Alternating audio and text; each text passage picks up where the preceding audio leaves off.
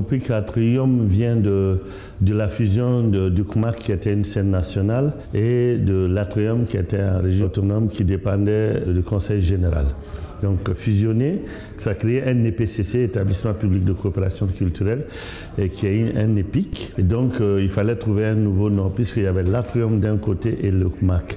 Il fallait trouver un nom à la nouvelle structure qui était créée. On a trouvé le nom Tropique Atrium, Tropique, en souvenir de cette revue de résistance qu'on a connue.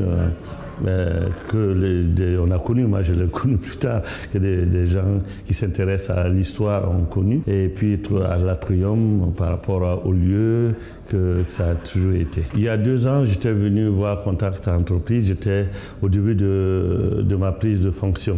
Et j'avais un projet, et dans le projet, je devais réaliser certaines choses. Aujourd'hui, d'abord, il y a la fusion qui est réalisée, le nouveau nom. Je devais pouvoir ramener le label Scène nationale qui était suspendu, donc on a pu amener le label Scène nationale qui faisait partie de mon cahier des charges donné par les instances, aujourd'hui la CTM et l'État. Et ensuite j'ai mis en place avec mes collègues, quand je dis j'ai, mais c'est par moi et mes collègues, en place un grand projet qui s'appelle Territoire en culture, qui est la diffusion des spectacles dans les communes.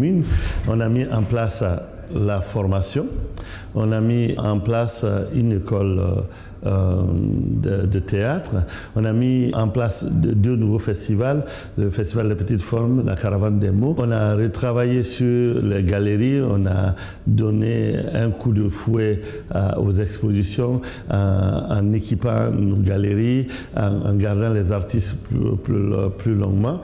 Et au niveau du cinéma, on travaille pour numériser, mettre l'équipement numérique pour amener le cinéma à Tropique Atrium. Il nous reste bien sûr beaucoup de choses à faire. Déjà à pérenniser ce qu'on a commencé. Ensuite, je pense qu'il faudra développer encore les productions et les diffusions sur le territoire, mais encore donner un accent sur ce qu'on appelle l'action culturelle et artistique sur le territoire, travailler de plus en plus avec les publics éloignés et encore conquérir de nouveaux publics. Je ne fais pas la différence entre ce que j'appelle le monde de l'entreprise et le monde public. Parce qu'on est d'abord le monde, on est des gens, on travaille tous pour les mêmes personnes. Sauf que chacun remplit son cahier des charges, c'est ce que je veux dire.